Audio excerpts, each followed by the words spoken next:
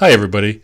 Please come along my journey closer to the ground. Specifically, becoming closer to the food my family and I try and eat, but just also getting outside and living in the present. This is my daughter Shelby. As you can see, she's very good at getting close to the ground. I'm happy to say that all the pictures in this presentation are mine. Food fills our bellies, can give great joy, and brings people together. I found great connectedness and meaning in my journey in trying to get back to the beginning of food. There are a lot of negative and scary documentaries and books out there on the topic right now, which I think have a place as a burning platform, but the only real way to have people engage in this journey for themselves is to have their own positive formational experiences in getting closer to the ground. I used to be a point A to point B hiker, hauling ass with my head down. When we went mushroom hunting, I would cover 1/10 of the distance, but have just as much wonder as with the hike. It's just a matter of slowing down and being present. For better or for worse, it's pretty quiet in my head when I'm out and about. This idea of being present was my first light bulb moment. We started buying food that we could connect with at farmers markets at the local co-op, which got really expensive really fast. We started cooking everything from scratch, which was better and cheaper. My second light bulb moment started me then on the journey back to the roots of the food we were eating. We also cut out the middleman and started foraging both from the land as well as establishing relationships with the people who were producing food, getting to know farmers, fishermen, and producers. My third light bulb moment, and one step closer to the beginning. We even tried to do some of it ourselves, including fermenting libations and making cheese. Half due to the cost of the stuff at the co-op and half for my desire for better quality products. I found that if your sweat was built into it, it tasted better. My fourth light bulb moment. We moved to Montana, where we didn't have the same access to the rich bounty of Western Oregon. We wanted to do it all ourselves, though, on our 5-acre Hipstetter farmette. We tamed a field garden, built a greenhouse, you name it, we were probably growing it. Built a chicken coop, raised fruit trees, and kept a beehive. Figured out how to make bread from a starter and with wheat from just over the mountains.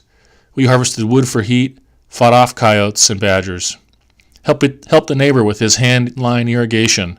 I figured out how to use a clamshell digger, rock bar, T-post pounder, and how to stretch a fence. No tractor augers here, just blisters and sunburns. We still foraged, but this time for morels and huckleberries. We quickly discovered the seasonality of food, and if we wanted that delicious huckleberry jam in March, we needed a way to preserve the bounty.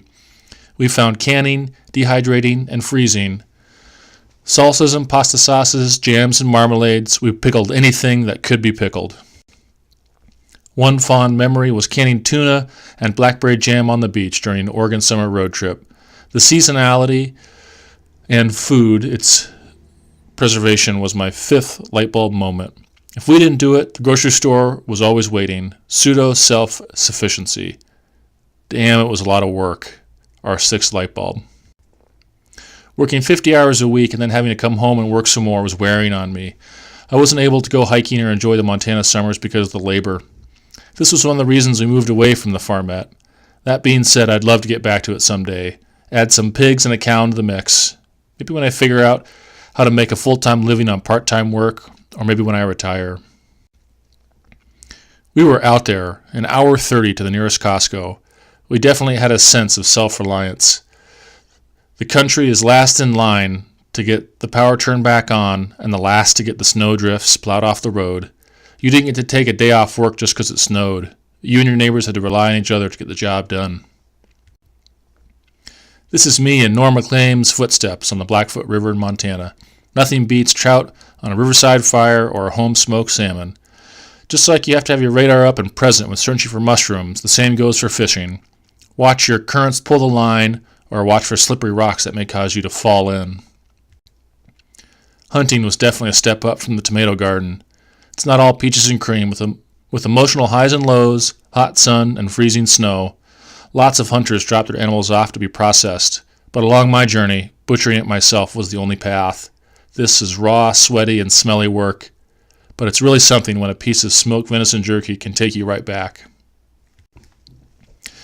There's a lot of opportunity for being present, of quiet mind, connectedness to your surroundings with hunting, because if you're not, the bear will help you get there. Notice my ring in the right footprint. This grizzly must have not been too far ahead of me, because I could still smell him. I definitely did not see him. I don't know if he saw me. We moved back to Oregon and found a sweet spot just down the road from here. I don't really see food as good or bad. Going to McDonald's when I'm running late is a great convenience. We are not elitists or militant about this food thing. It's more about the relationship between us and the food, less about raining on someone else's parade. Portlandia ruined it for us. We are not like them. I'm hoping that in time I can find more balance here in Oregon this time around. Currently, this MBA program feels just like the toil did in Montana. One step towards better balance is that we have found lots of great you-pick places.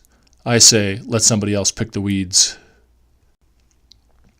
Foraging continued, with Shelby and I digging razor clams on the beach. There was no real tuna season this last year, and the clam season started late due to high biotoxin levels in the water. It's easy to see how the changing climate is impacting the environment and the food that comes from it. My journey has taken me one step further back down the ladder to a place of stewardship of the ground, as you cannot have fruits if the ground is not fertile. Whether it's trail cleanup after a windstorm or river cleanup, you don't need an organized event to participate. Nothing beats the taste of a cold beer after a hard day's volunteer work. I can't really articulate it that well, but there's something really special about getting closer to your food. Maybe it's the change in pace, maybe it's being present in the moment, the fresh air, or the dirt under the fingernails. But I would encourage you to get closer to the ground in your own way, and I hope you can find as much meaning as I have. Cheers.